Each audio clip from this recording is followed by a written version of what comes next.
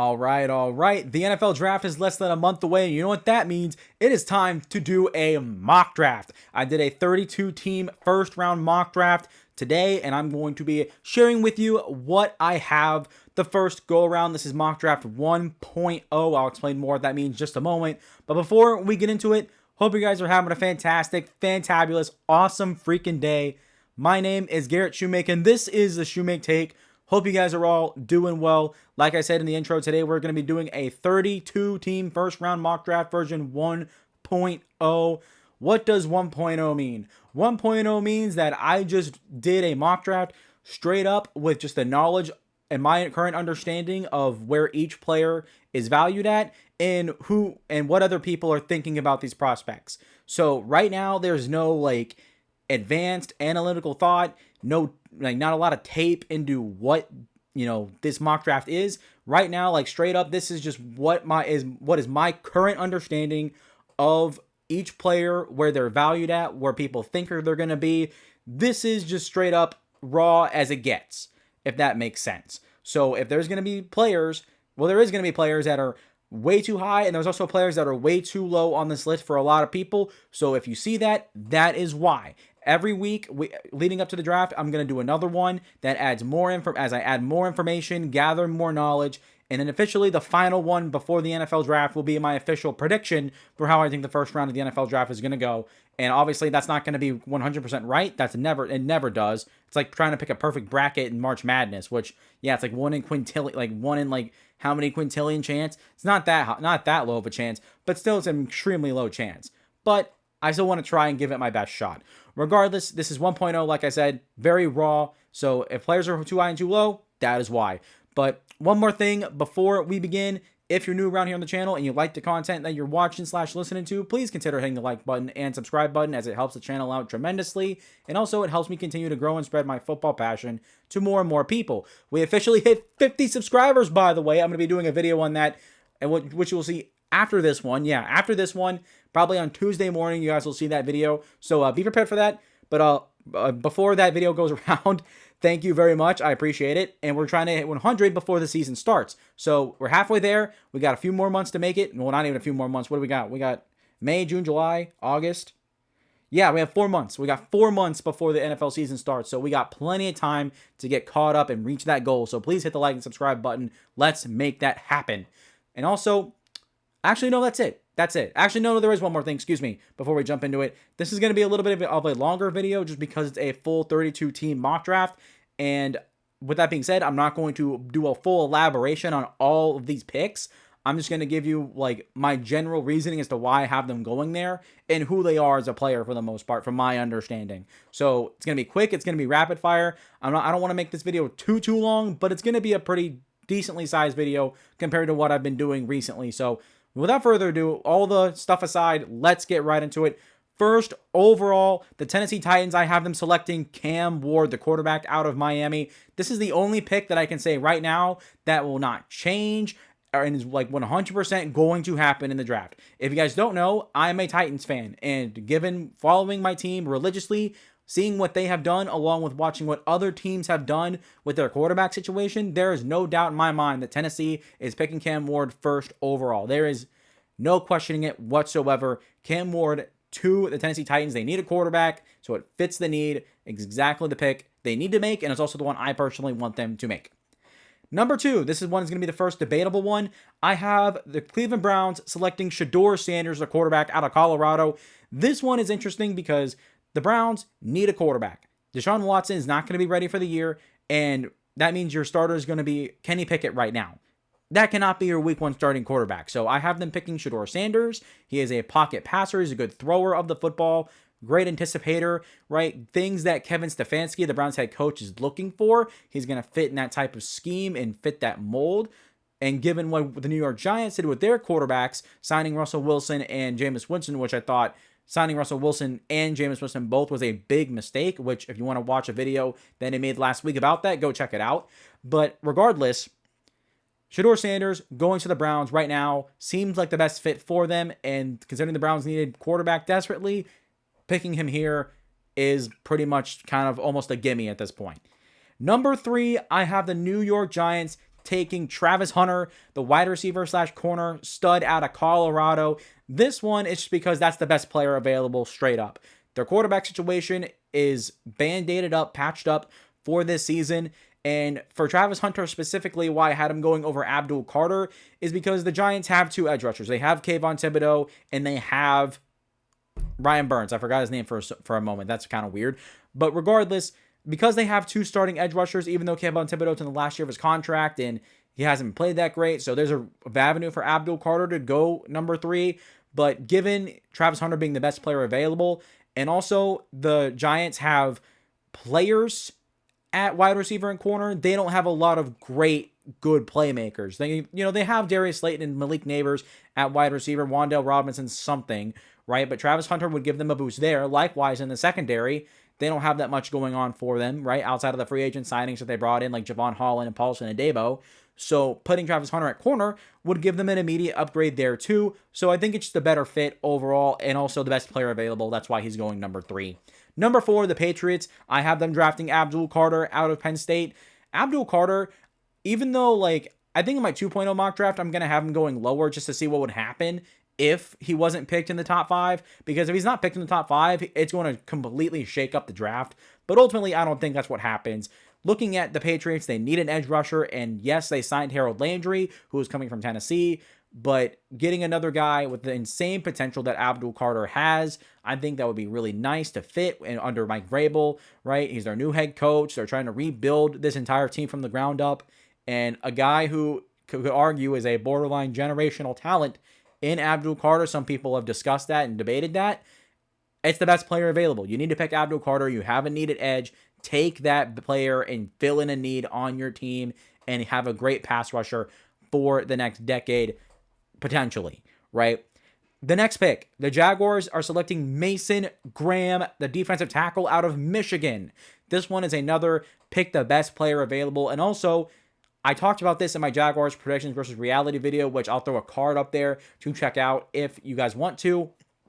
Either way, Mason Graham is not only a great defensive tackle prospect, he's the best one in the draft, for sure, by far, right? But also, the Jaguars, their defensive tackle room got some of the worst production in the NFL last year out of all defensive tackle rooms for all 32 teams. And even with Eric Armstead in there, it really did not do a lot of help. So adding Mason Graham in that, and then you pair that with Eric Armstead, Travon Walker, and Josh Hines-Allen, now you have 2 good edge rushers that can get after the quarterback, and now you can get solid to good or even better, much better defensive tackle play with 2 good defensive tackles there lined up and get more production from that group, which should help this defensive line get better overall, which is a unit that's severely underwhelmed in 2024. The next one, at number 6, I have the Raiders drafting Ashton Jeanty, the running back out of Boise State. This is another one, once again, best player available. But look, the Raiders running game was dead last in the NFL last year. They have their quarterback in Geno Smith. They have Brock Bowers. They have Jacoby Myers. They have Trey Tucker.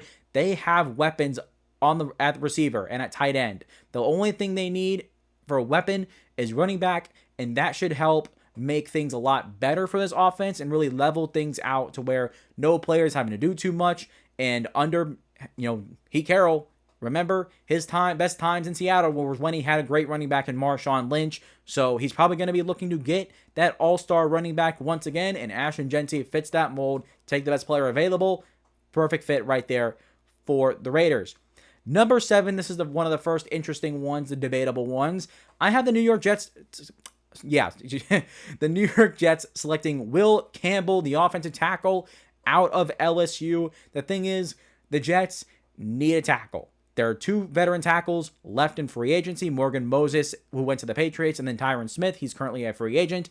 But Will Campbell will immediately slot in at the left tackle spot. Some people are saying that he can play, or he's going to play guard because of his length, and right, so he doesn't have as good range, but his tape shows otherwise. And the New York Jets will probably be one of those few teams at the top that would be willing to select Will Campbell and actually play him at tackle. The Jets don't have issues with their guards. Their guards are okay. The tackle is where the issue is, and this gives Will Campbell an opportunity to start at left tackle and prove that he is a tackle and not a guard.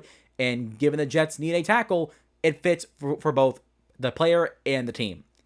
Next up, I have the Carolina Panthers selecting Jalen Walker, the hybrid player out of Georgia.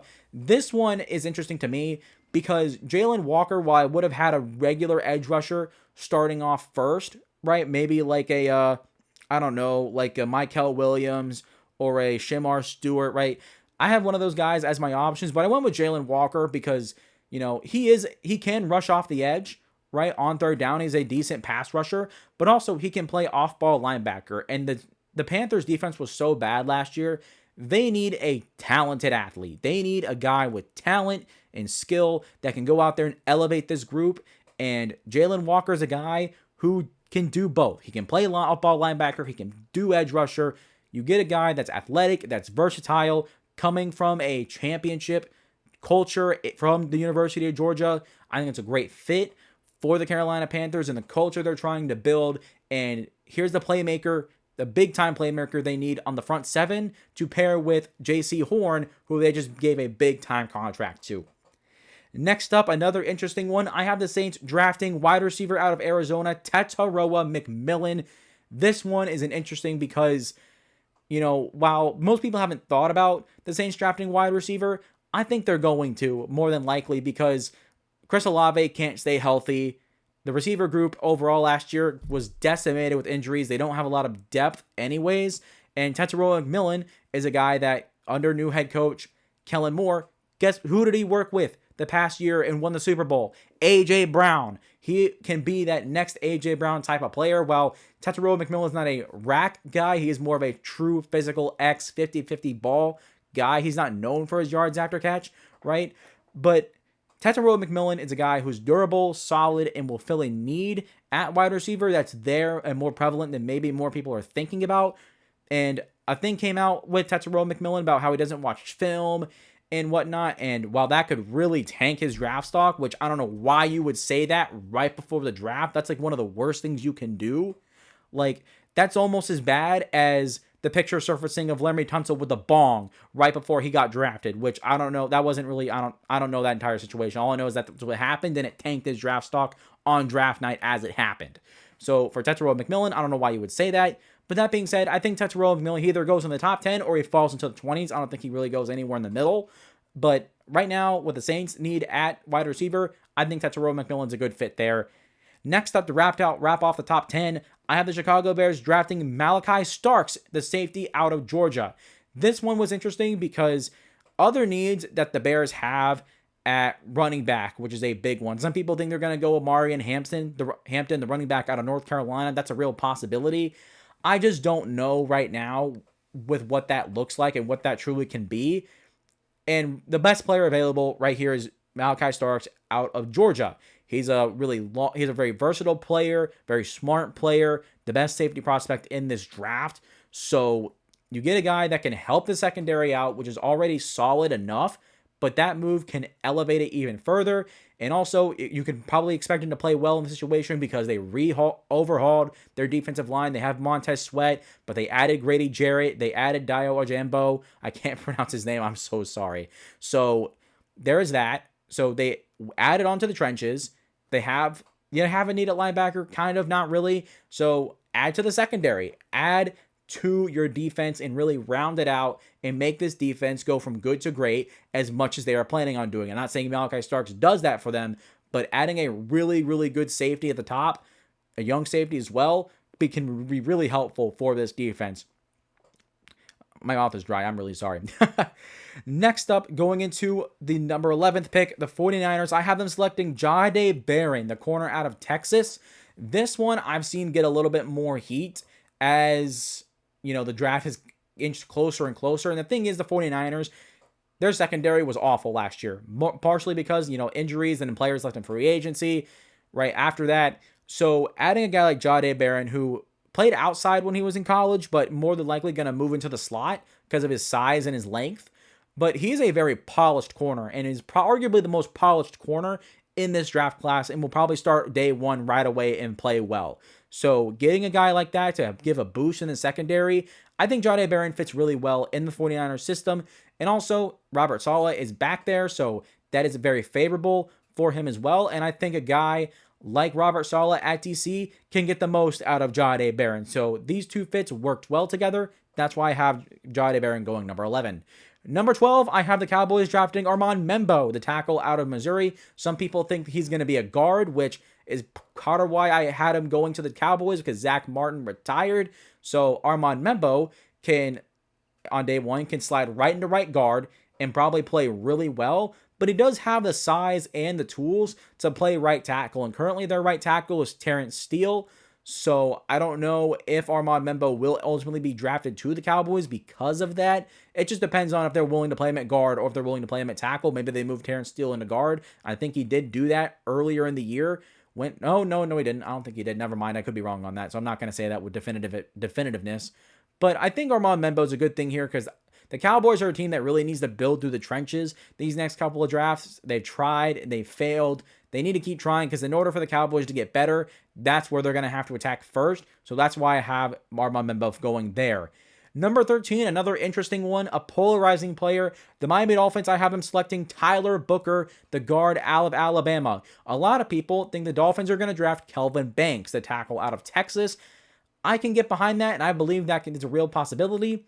But right now, the starting left tackle for the Miami Dolphins going into next year projected is Patrick Paul. He's a year 2 man out of the University of Houston. He is your left tackle, presumably. You spent a second-round pick on this guy for a reason. So drafting Kelvin Banks and playing him above Patrick Paul or moving Patrick Paul to right tackle, I don't know if you really do that. I don't know if that's worth doing. Like, you spend a first-round pick on a tackle after you spend a second-round pick, a high second-round pick, mind you, on a tackle the year before, and then you're going to try and play him out of position. That doesn't make much sense to me compared to drafting Tyler Booker, where the starting left guard for Miami was not good last year. The interior of the offensive line for Miami was god-awful.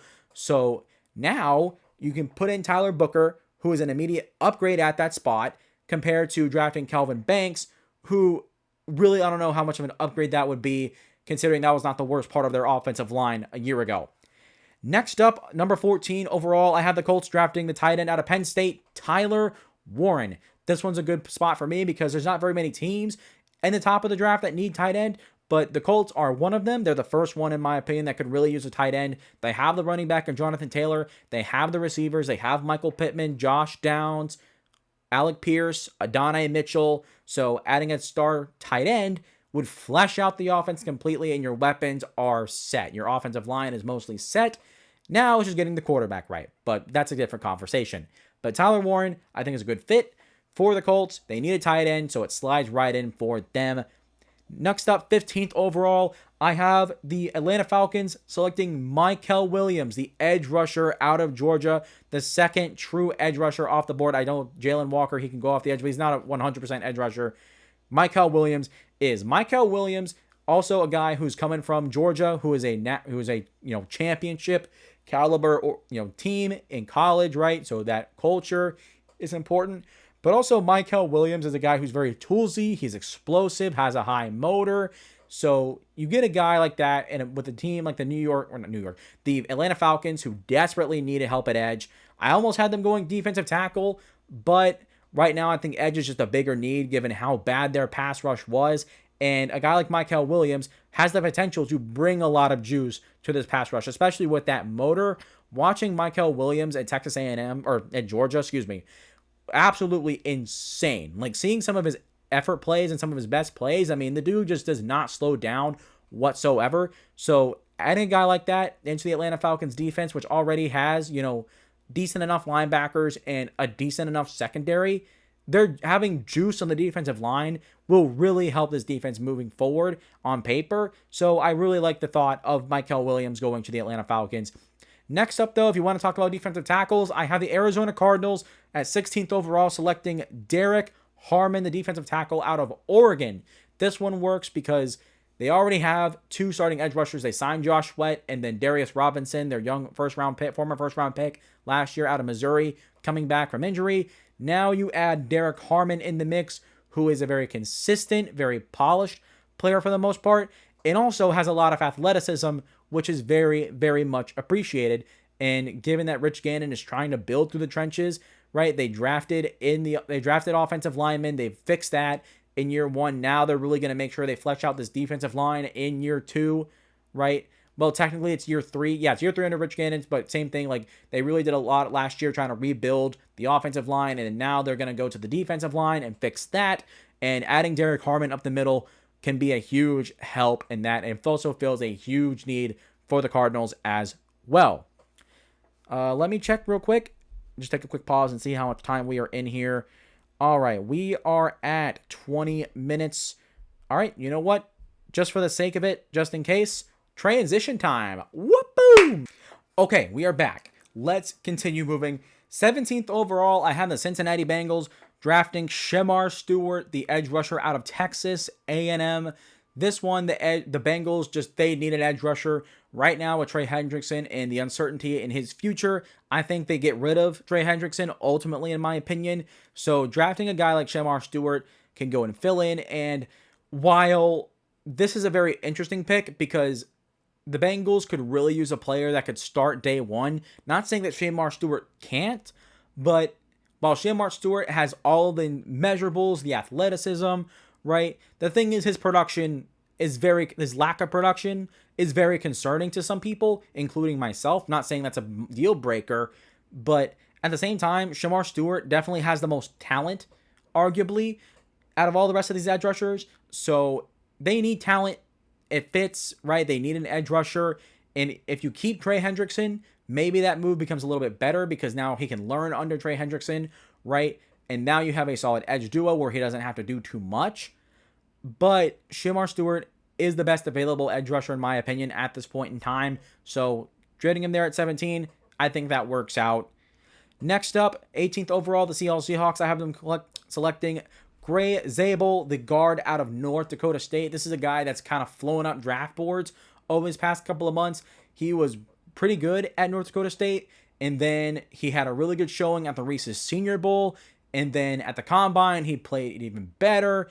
And then he also had a really good pro day as well, I'm pretty sure. I didn't see if he did have a pro day. I'm pretty sure he did at this point. But if he didn't, well, that's my bad.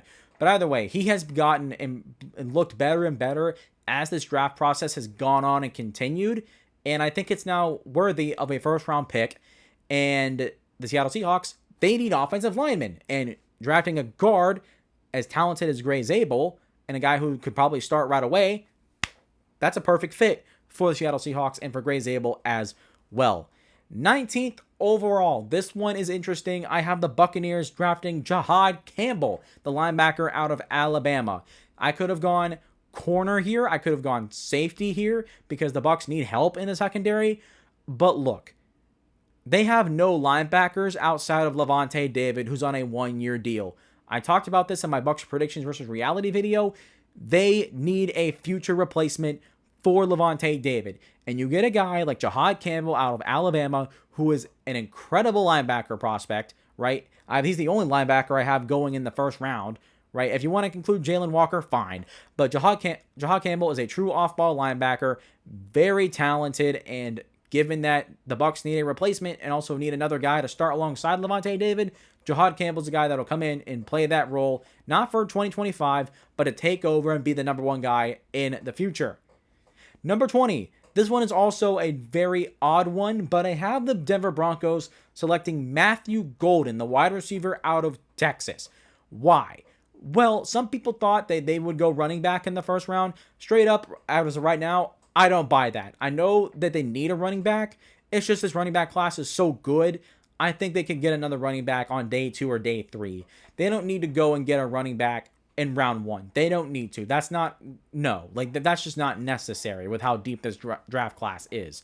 But you get a guy like Matthew Golden, while he is the most polished wide receiver prospect in the draft, there's some questioning if he'll be a true wide receiver 1 at the next level.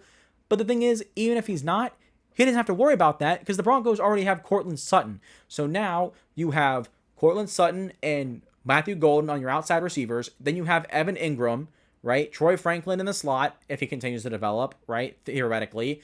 Now you just need a running back in your set, which I mentioned they're going to get on day 2 and day 3. And now you have an offense around Bo Nix along with a really good offensive line.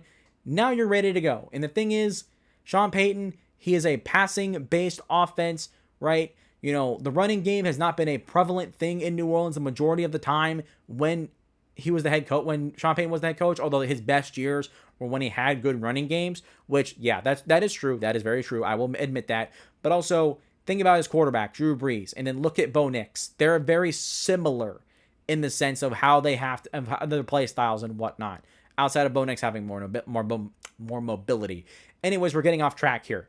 I have them going Matthew Golden. They need another wide receiver, and Matthew Golden's the guy who can come in, play right away, and give them an immediate contributing, or be an immediate contributor for them. The next one, the most controversial one of the most controversial ones in the draft. I have, at 21st overall, I have the Pittsburgh Steelers selecting Jackson Dart, the quarterback out of Ole Miss. Out of all the teams that need a quarterback this offseason, a veteran quarterback, well, the Pittsburgh Steelers are the odd man out, and their only option is Aaron Rodgers. And Aaron Rodgers, well, he doesn't seem to be doing anything right now. And so if I'm the Pittsburgh Steelers, I should not be banking on Aaron Rodgers coming to play for your team. But that being said, he is the last guy available. There's no legitimate starting quarterbacks in the NFL left. So what does that mean? You got to go to your next best bet, which is drafting Jackson Dart. While I am low on Jackson Dart than most people, I don't think Jackson Dart is a first-round pick. But the Steelers, by the time they're picking again in the second round, Jackson Dart will be gone. So they're going to have to take Jackson Dart here, take a flyer on him, and hope for the absolute best. But that is a very odd situation to be in. But hey, at least he's going to be throwing to DK Metcalf and George Pickens, right? And then Jalen Warren is a starting running back, not a terrible option. So we'll have to see. But I don't like Jackson Dart that much as a prospect compared to most people. But the Steelers have a desperate need at quarterback, and I don't think they're going to wait around on Aaron Rodgers. So drafting Jackson Dart is where they're going to go. Number 22 overall. This is another interest. I keep on saying these are interesting just because there's not very many people are going to be thinking about this. But number 22 overall, I have the Chargers drafting Will Johnson out of Michigan. Here's my thing on this. Will Johnson was, before he got hurt, was a top 10 pick in this draft. And also, the Chargers, their two starting corners are Cam Hart, who's probably going to be a slot guy. And I think, at least I could be wrong on that. And then they signed Dante Jackson, who's a veteran. Here's the thing. If there's any situation, if there's any team for Will Johnson to go to and have success, there's not many better options than the Chargers, which Jesse Minter, their DC, from Michigan, Jim Harbaugh from Michigan. These two guys know Will Johnson better than any other person in any other war room in the NFL draft. They know this guy better than anybody else. So if they have the opportunity to draft Will Johnson, if he is there, I'm almost willing to bet money that he will go to the Chargers. I know they need a defensive tackle. That's a much bigger need for sure. But a guy like Will Johnson, despite the injuries, a guy that has the length, the instincts, and the ball skills, it's rare. It's really rare. And given how much Jim Harbaugh likes his corners, I would not be surprised if they go with Will Johnson if he's there. And I think if he is there, I think they go with him. It's just a matter of if he will actually be there or not. But right now, he is available, so I have him going to the Chargers. Number 23 overall, we continue in the secondary with the Packers selecting corner out of East Carolina, Shavon Revel. This is another corner that could have been a top 10 pick, but had a really bad injury I can't remember if it was in 2023 or it was last season in 2024. But he's a guy who has great long speed, right? And also has great ball skills. He knows how to get his hands up and go attack the football. And so a guy like Shavon Revel could pair really well with, you think about the players in that division. You think about Rome Odunze, right? DJ Moore, Jamison Williams, Amon-Ra St. Brown, Justin Jefferson. You want a guy like Shavon Revel who can attack those guys, push them, and make things difficult, bat the ball away, and also run with them step for step on vertical routes. And the Packers need a outside corner to pair with Jair Alexander. And also, given that his future is somewhat uncertain, adding his replacement at worst, or adding a solid quality player at best here for Shavon Revel, it works perfectly there. And then 24th overall, their division rival, I have the Minnesota Vikings selecting out of South Carolina the safety Nick Amenwori. They lost Cam Bynum in free agency. He went to the Colts, and now Nick Amanwari comes in, going into this defense under Brian Flores. I think this could be one of these matches made in heaven. Nick Amanwari is kind of like Shamar Stewart in the secondary, where his measurables are absolutely insane. His athleticism is insane. If you can coach this guy and get the best out of him, Nick Amanwari has top 10 level potential as a safety. And you pair him with an already great Vikings defense and a great defensive coordinator in Brian Flores, there is not many better situations for a guy like Nick Amanwari to go. And more than likely, I think this is where he's ultimately going to land. So it's a match made in heaven, I think, for both teams here. And I would love the pick of Nick Amanwari to the Minnesota Vikings. Next up, we haven't mentioned his name in a long time, and that is Kelvin Banks Jr., the tackle out of Texas. I have the Texans picking him 25th overall. This one is just obvious to me.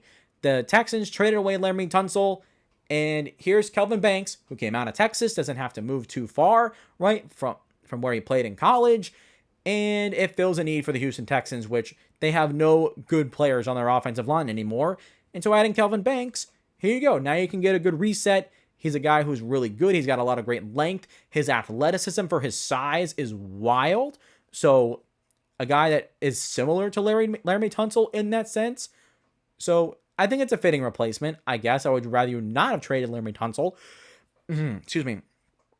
But it is a need. And also, if Kelvin Banks falls to 25th to the Houston Texans, in my opinion, that's going to be one of the biggest steals of the first round. So there you go. I have the Texans getting one of those steals in 1.0. Next up, this is an interesting one. This one's like, when I say interesting, very, very interesting. I got to stop saying interesting because all of these are interesting for the most part. But this one, I had 26 overall. I have the Los Angeles Rams picking Colston Loveland, the tight end out of Michigan.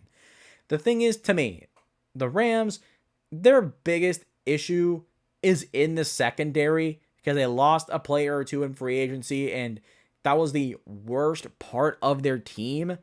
But then again, that's not saying much because as the season went along, they got better as their defensive line got way better. But Colston Loveland, the one inconsistency that's been on their offense is tight end because their starter, Tyler Higbee, he's been there for a while, but he's not often, but he's been injured, right? And is not an impact player. Colston Loveland is that impact player. And given that they lost Cooper Kupp, they need another guy that can be a security blanket type of player. And Colston Loveland can be that guy. While the injury thing that he has right now, I think he's dealing with like a shoulder injury or something. While that is concerning, because they have Tyler Higbee at tight end, he doesn't have to start right away. So he can just play a lesser role, get accustomed to the NFL, and then by year 2, now he's your designated starter at tight end, and you can use him to his fullest potential. So I like the pick for the future at tight end position and to add another security blanket, reliable weapon for Matthew Stafford as this team tries to seemingly run it back a couple more times. Next up, at 27th overall, I have the Baltimore Ravens selecting Nick Scarton, the edge rusher out of Texas A&M, the younger player out of the two between him and Shamar Stewart. Scarton is only 20 years old, and his athletic profile for a guy 20 years old is really impressive. It's just I'm not so sure that he's going to be a starter right away. I think he needs a little bit more time to develop and kind of grow into his frame a little bit. He's a little bit undersized, but that's why he's the perfect fit for the Baltimore Ravens, in my opinion, because they have David Ojabo, Kyle Van Noy, Odafe Oweh. Like, they have edge rushers that are more than capable of starting, right? Where Nick Scarton can be in the rotation. He doesn't have to do too much, and that'll give him time, kind of like Colston Loveland, the pick before him, to adjust and get accustomed to the NFL, right? And then by year 2, Odafe Oweh is going to be a free agent. Kyle Van Noy is going to be a free agent. And okay, maybe Nick Scarton shows enough to where, okay, you can have him be your starter in year 2, and there you go. Now you have a really talented edge rusher for the first time in forever in Baltimore. Next up, with another edge rusher, I have the Lions selecting James Pierce Jr. out of Tennessee. This one is a fit for me because James Pierce has a lot of speed and a lot of athleticism. although there's not very much more going for him past that. But at the same time, that speed and athleticism that he has is almost too good to pass up. And considering the Lions need an edge rusher, and also given James Pierce also has a kind of a scrappy mentality on the field, I think it fits. I think with the right coaching, he can develop properly. And like I said, the speed and the athleticism is very rare for a guy his size. And I know some people are thinking he's going to drop even more, or like he has like these character concerns. I'm a Vols fan. I'm a Titans fan, and I'm also a Vols fan. I will tell you this right now. I don't know why like people are trying to like blow like this thing out of proportion that James Pierce Jr. has character issues. I have never seen anything that indicated that he had problems with the media or speaking to people, right? So like I have no idea what the argument is for that. But that being said, the Lions need an edge rusher, and you get the most talented edge rusher available in James Pierce Jr. here. And then at 29th overall, we have a third edge rusher in a row. The Washington Commanders select Donovan Ezeraku, the edge rusher out of Boston College. This guy, while he may not be the most talented, he is still a very physically gifted athlete, but also out of all these edge rushers, he was one of the most productive ones throughout his entire college career, and he's coming off of a 16.5 sack season for the Boston College Eagles. So getting a guy that is surefire, that is probably one of the more surefire picks, right, at edge rusher, a guy who has the production and a guy who can start right away for you, I like the pick here. He is still the best edge rusher available in my opinion, and I think it's a good fit. I think it's a good fit for what the Giants, for what the Commanders defense is trying to do next year, and I just think it's a clean fit overall. 30th overall, I have the Buffalo Bills selecting defensive tackle out of Ohio State, Tyleik Williams. He's a big, powerful, athletic, explosive defensive tackle. Made a lot of big plays for the Buckeyes last year. And I said, when I talked about the Bills' predictions versus reality video, they need another defensive tackle to pair with Ed Oliver. So you add Tyleik Williams with Ed Oliver, then you add Greg Rousseau, who you just paid for. Right now, you have a defensive line, especially on the interior, that I think even in year one, can just straight up wreck people. And for the Bills, with their secondary being very iffy right now, and I could have had them going corner, but the next best available guy was Emmanuel Wilson, in my opinion, which you could have went for Emmanuel Wilson here, but a guy like Tyleik Williams and the talent that he has, I think it's too good to pass up. They need a defensive tackle, so I think that works itself out there.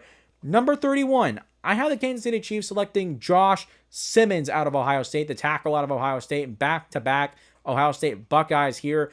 Josh Simmons is a guy who, had he not got hurt, would have been the best offensive line prospect in the draft, arguably.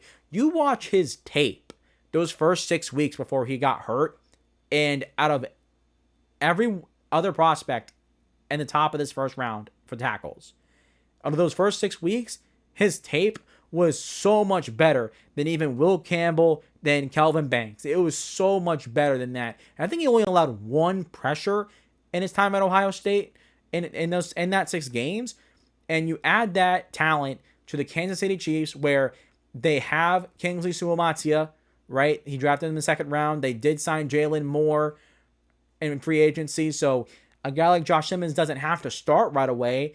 And you add that with, I know I say it ad nauseum, the great coaching that he's going to get with the Kansas City Chiefs. He doesn't have an incentive to start right away, so he can adjust to the NFL, get healthy, and now you have a very, very talented tackle prospect guarding the left side of Patrick Mahomes' blind side for a while, potentially. I love the pick. I think that could be a steal of the draft. And getting an injured guy like Josh Simmons, and also like Will Johnson out of Michigan, or like Siobhan Revel out of East Carolina, picking these guys, the situation they go to has to be almost perfect. And for all 3 of these players, the teams that they have them going to are almost perfect situations for them to go into. So that's why I really like Josh Simmons there. And if you can get the most out of Josh Simmons, that's a massive steal. And then lastly, to round up the first round, 32nd overall, your Super Bowl champion Philadelphia Eagles, I have them selecting Mike Green, the edge rusher out of Marshall. This one, the Eagles, first off, they need an edge rusher. They lost Josh Sweat in free agency. And Mike Green is a edge rusher that has a lot of high motor, very explosive, right? But the thing is, his production's been very up and down. Where, well, I don't know, wait, well, no, I'm sorry. His production was not up and down. But the thing is, his mechanics will make him an up and down player more than likely because of his size and how he uses his hands. Depending on the luck of the draw and the teams that he goes up against, he can have a really good season or have a very underwhelming season. The thing is, I feel like Mike Green is not going to be a guy you want to judge based off of sacks more than you want to judge him off of pass rush win rate and pressure rate, which people probably should anyways for every pass rusher. But Mike Green is one of those guys where you really need to look at him. And also, considering the focal point of that defensive line is their 2 defensive tackles. Yes, they lost Milton Williams in free agency, but at the same time, you still have Jalen Carter, who is still really good. Jordan Davis is really good. And then you have Nolan Smith at the other edge rusher position. So Mike Green's going into a really good situation, great coaching, and also he's not the focal point of that defense, so he's not going to be asked to be so. So he has time to adjust, and while he's probably going to be a starter, he will be able to get experience playing in the NFL and just get his feet wet, right? And have it all be okay. And then in year 2, some like these other edge rushers, okay, then you can take off and do really well. But with that being said, that wraps up my first round mock draft 1.0. That will do it for me. Hope you guys have enjoyed. If you made it this far, please consider hitting the like button and subscribe button. It helps the channel out tremendously as I continue to grow and spread my football passion to more and more people. Also, we are at 50 subscribers. Thank you guys, by the way. Appreciate y'all. And we're trying to hit 100 before the 2025 season starts. We got 4 months to do it. That's 25 subscribers a month. Let's try and hit it before week 1 of 2025 gets here. And also, make sure to let me know your thoughts in the comments down below. Who do you think I have too high? Who do you think I have too low? Who do you have in the first round that I do not have in the first round? Do you have, for example, like the receivers? I had Luther Burden and Emeka Egbuka falling to the second in this mock draft. So let me know your thoughts about that. And then lastly, make sure you guys share the video, whether it's by social media or by word of mouth, getting everybody locked in and locked on to the Shumake Take podcast to come out with great content for you guys every single week. But for now, that is going to do it for me. And as always, I will see you all next time.